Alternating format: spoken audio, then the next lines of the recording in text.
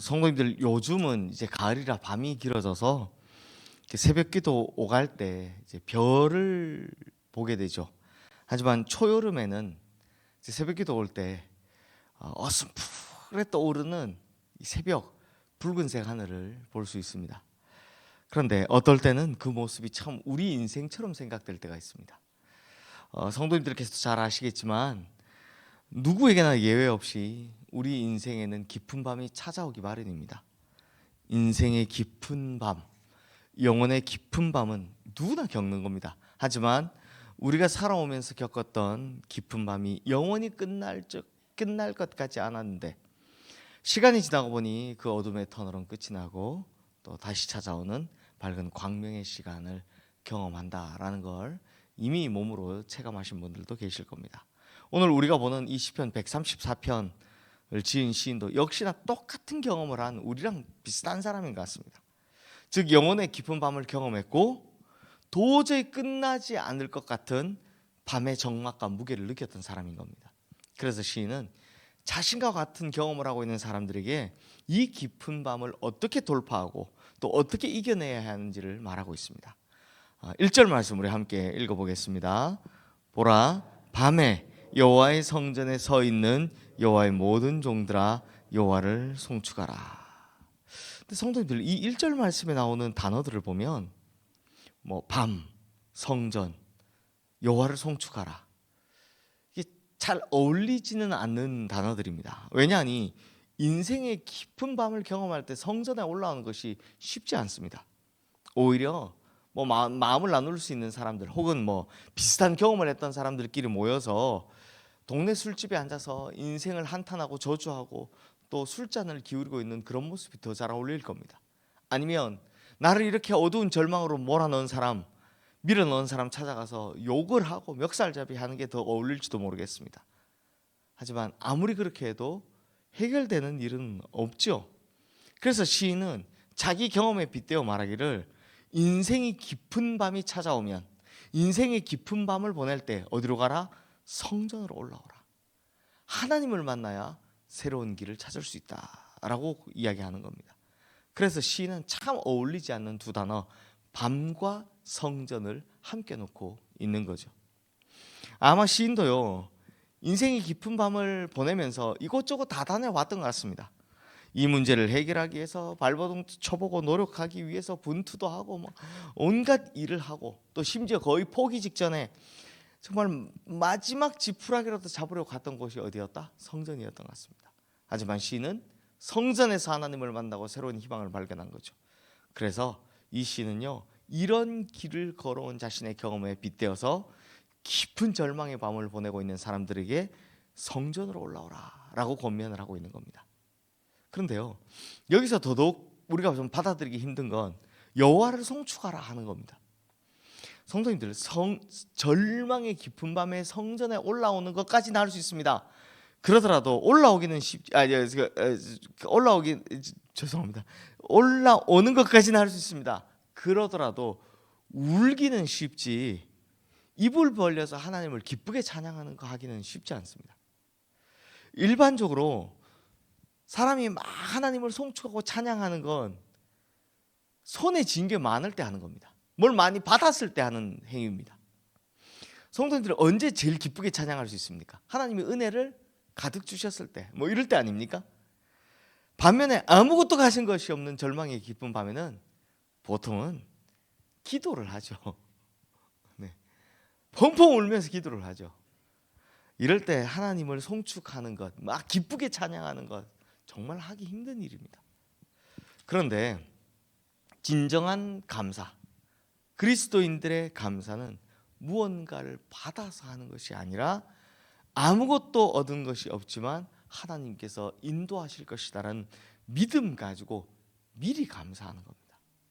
비록 우리가 깊은 밤을 경험하고 있지만 하나님께서는 이 깊은 밤에도 깨닫게 해주시고 우리에게 주시고자 하시는 유익이 분명히 있을 것이다라는 하나님의 큰 섭리를 믿고 기억하고 미리 찬양하는 것, 이것이 바로 믿음이다라는 겁니다.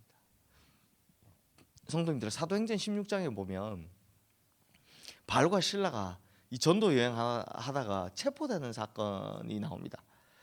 이제 지나가다 보니까 한 여종이 귀신 들려 있길래 이 귀신 들린 여종이 귀신을 쫓아버립니다. 그런데 이 여종이 뭐 하는 사람이냐? 고용된 사람이었습니다. 바로 점치도록 고용된 사람이었습니다. 근데 귀신을 쫓아버렸으니까 점칠 수 있습니까? 없습니까? 더 이상 이제 점을 못 치니까 더 이상 귀신 들린 여종이 점치는 것을 통해 이익을 얻지 못하게 된 그 고용주, 즉 주인이 바울과 실라를 고소한 겁니다. 그래서 이 바울과 실라가 빌립보의 깊은 지하 감옥에 갇히게 됩니다. 하지만 햇볕도 들어오지 않는 그 절망의 밤에 바울과 실라가 할 수 있었던 것을 합니다. 그게 뭐였습니까? 바로 하나님을 송축하고 찬양하는 일이었습니다. 그랬더니 하나님께서 땅을 흔들어 옥문을 열어주시고 그들을 건져주시죠. 그러니 성도님들, 이 말씀을 꼭 기억하십시오. 우리는 밤이 되면 더 절망하고 더 낙심합니다. 하지만 바울과 실라의 이야기를 기억하며 영혼의 깊은 밤에도 오히려 하나님을 찬양하면 하나님께서는 지하 감옥에서도 바울과 실라의 찬양 소리를 들어주셨던 것처럼 우리의 찬양하는 소리도 들으시고 건져주신다라는 사실을 믿으시기 바랍니다. 그러므로 우리 성도님들도 절망의 깊은 밤에 하나님을 찬양함으로 이 놀랍고 귀한 하나님의 은혜 아래 살아가시기를 주님의 이름으로 축원합니다.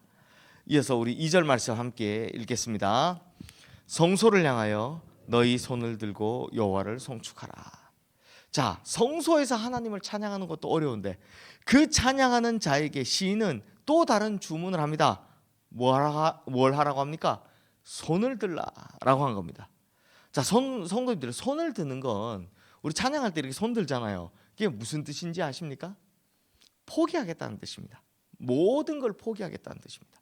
손을 들고 기도하고 손을 들고 찬양하는 건 나의 모든 자아를 포기하고 두 손 들고 하나님께 나아가오니 하나님께서 책임져 달라라는 전적인 맡김과 위탁의 행위다라는 겁니다. 성도님들, 이 간단한 걸 우리는 잘 못합니다. 우리는 너무 똑똑하고 너무 힘이 세기 때문입니다. 사람들은요, 자아가 너무 강하기 때문에 내가 가진 조금의 힘이라도 있으면 그걸 가지고 어떻게든 문제를 해결해 보려고 하고, 내가 아는 조금의 지혜만 있으면 그걸 가지고 어떻게든 문제를 해결해 보려고 합니다. 그런데 사방에 막혀 있는 이 깊은 밤에, 인생의 깊은 밤에서는요, 아무리 발버둥을 쳐도 되는 게 없습니다. 모든 것이 다 막혀 있기 때문입니다. 그리고 모든 것이 다 나보다 더 힘이 세기 때문입니다. 그때 빨리 깨달아야 됩니다. 손을 들어야 하는구나. 이제 포기해야 되는구나. 내가 할 수 있는 거 아무것도 없구나. 성도님들, 이렇게 체념에 이르기까지 하고서 항복하지 마시고, 이럴 때는 어떻게 하라고요? 두 손을 빨리 드는 게 문제 해결의 지름길입니다. 그러면 어떻게 됐느냐? 3절 말씀 함께 읽겠습니다. 천지를 지으신 여호와께서 시온에서 내게 복을 주실지어다.